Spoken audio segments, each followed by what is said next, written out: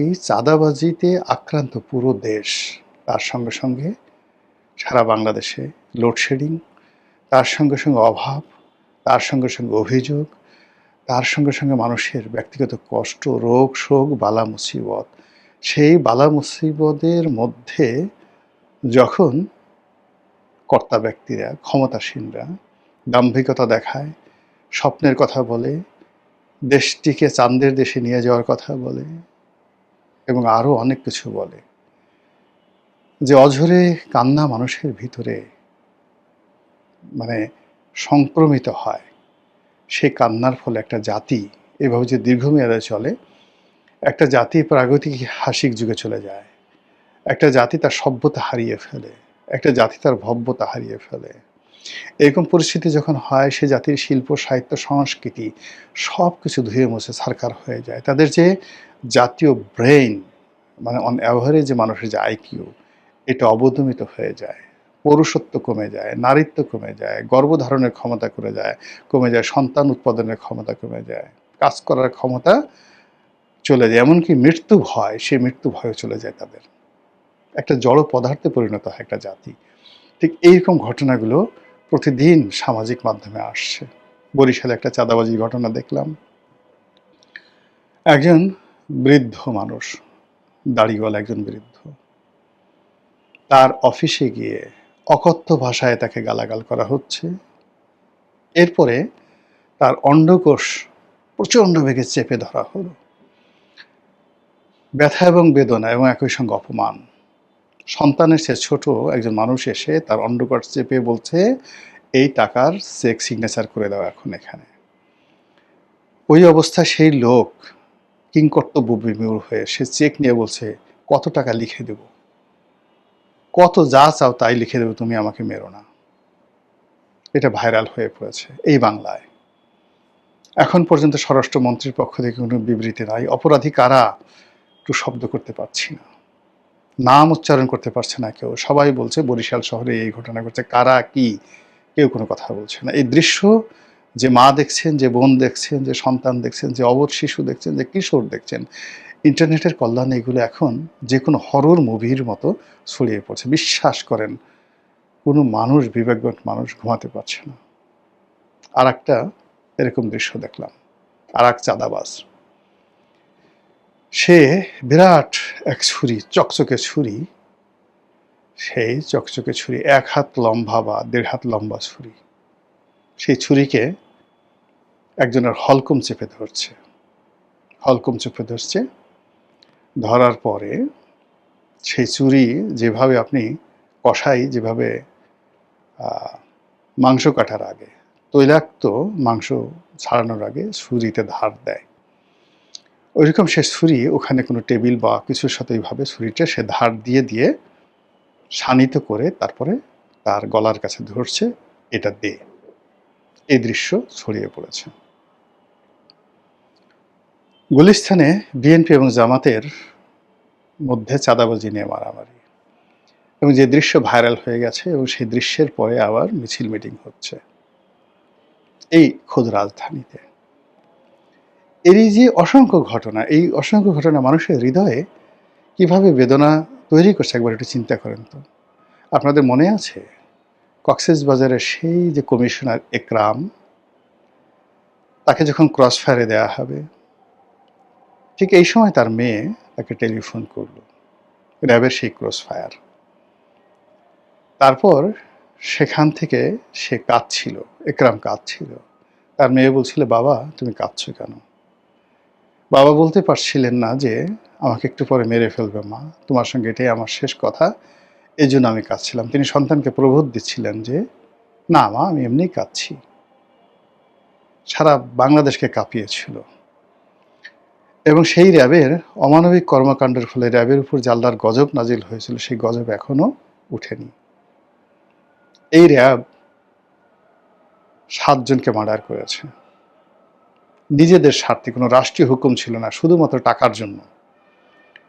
সেই মেরে নাড়ি ভুড়ি বের করে তারপর সেই লাশ শীতলক্ষাতে নিক্ষেপ করেছিল। এবং সেই দৃশ্য দেখার পরে একজন অ্যাডভোকেট দেখেছিল তাকে যেভাবে নির্মমভাবে তারা হত্যা করেছিল, এই র্যাব সারা বাংলাদেশের মানুষকে কাঁপিয়েছিল, সারা বাংলাদেশের মানুষকে ভয় পাইয়ে দিয়েছিল, সারা বাংলাদেশের মানুষকে কাঁদিয়েছিল, এবং মানুষের সে কান্না আল্লাহর আরশে আজিম পর্যন্ত পৌঁছে গিয়েছিল। যারা এই কুকর্ম করেছে তারা, তাদের পরিবার কিভাবে অভিশপ্ত এই সমাজে।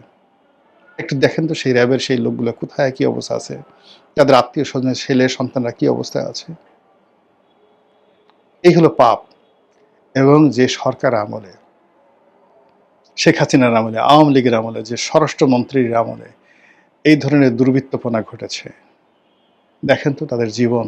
এই দুনিয়াতে যদি জাহান্নাম বলে কিছু থাকে, এই দুনিয়াতে যদি বিচার বলে কিছু থাকে, এই দুনিয়াতে যদি আল্লাহর আইন বলে কিছু থাকে, আপনি গিয়ে দেখেন সেই সমস্ত মানুষ কিভাবে পশুর মতো জীবনযাপন করছে। কাজেই মানুষের অভিশাপ নিয়ে কখনো কেউ বাঁচতে পারে না। মানুষকে ভয় দেখিয়ে, এই মানুষকে আল্লাহ রাব্বুল আলামিন বলছে তোমরা কাউকে ভয় পাবে না, শুধু আমাকে ছাড়া। তো যখন কোনো একটা মানুষ এই আল্লাহকে ভয় পাবে, আল্লাহর ভয়টাকে ভুলিয়ে কারো হৃদয়ের মধ্যে মানুষের ভয় তৈরি করে দেয়, সঙ্গে সঙ্গে সে আল্লাহর যে কর্তৃত্ব, সেই কর্তৃত্বকে চ্যালেঞ্জ জানায়। হোক সে চাঁদাবাজ, হোক সে দুর্নীতিবাজ, হোক সে মন্ত্রী, হোক সে প্রধানমন্ত্রী, হোক সে রাষ্ট্রপতি, হোক সে ফ্যাসিস্ট, কিংবা কোনো মবকারী, মব সন্ত্রাসী।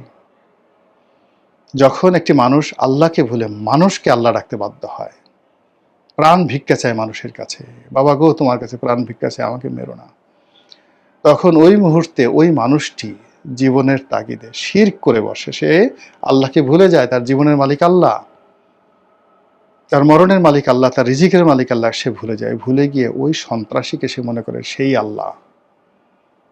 ফলে একটা শিরকের সমাজ প্রতিষ্ঠিত হয়ে যায়। যে রাষ্ট্র এই শিরক পয়দা করে, যে সরকার প্রধান এই শিরককে প্রশ্রয় দেয়, যে কর্তা ব্যক্তি, পুলিশ থেকে শুরু করে আর্মির যে সমস্ত লোকজন, যারা এই সমস্ত দানব তৈরি করে, যে সকল দানবেরা নিজেদেরকে, শয়তানও কিন্তু কখনো আল্লাহ বলেনি, শয়তানও নিজেকে কখনো আল্লাহ বানায় না। শয়তান এমন ভয় দেখায় না যাতে আপনি আল্লাহর পরিবর্তে শয়তানকে আল্লাহ মান্য করবেন, কখনো আপনি দেখাতে পারবেন না। শয়তান আপনাকে প্রলুব্ধ করে, লোভ দেখায়, লালসা দেখায়, বিপথে নেয় যেন আপনি জাহান্নামে যান। কিন্তু শয়তান আপনাকে কখনো আপনার সামনে অস্ত্র ধরবে না যাতে করে আপনি তার কাছে প্রাণ ভিক্ষা চাইবেন শয়তানের কাছে, হে শয়তান তুমি আমাকে প্রাণে বাঁচাও, হে শয়তান তুমি আমার আব্বা, আমাকে মেরো না। এই কথা কখনো শয়তান করে না। কিন্তু আমরা মানুষ যখন অস্ত্র হাতে তুলে নিয়ে আল্লাহকে ভুলিয়ে দেই, আল্লাহর হিকমাকে ভুলিয়ে দেই, প্রকৃতির আইনকে ভুলিয়ে দেই, এবং এই জমিনে সরাসরি আল্লাহকে চ্যালেঞ্জ জানাই, তখন সেই মানুষদের সঙ্গে আল্লাহর যুদ্ধ শুরু হয়ে যায়। সেই মানুষদের সঙ্গে জিব্রাইলের যুদ্ধ শুরু হয়ে যায়। সেই মানুষদের সঙ্গে আজরাইলের যুদ্ধ শুরু হয়ে যায়। সেই মানুষের সঙ্গে গাউস, কুতুব, অলি আল্লাহ, পীর মাশায়েখ, আশেকান, জাকেরান, সিদ্দিকগণ, নবী এবং শহীদান সকলে যুদ্ধ ঘোষণা করে।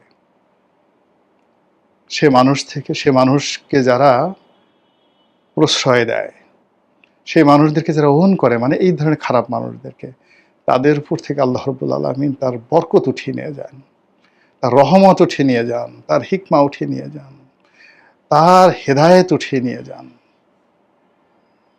আমাদের এই সমাজে যেভাবে চাঁদাবাজি, যেভাবে সন্ত্রাসী কর্মকাণ্ড, যেভাবে সন্ত্রাস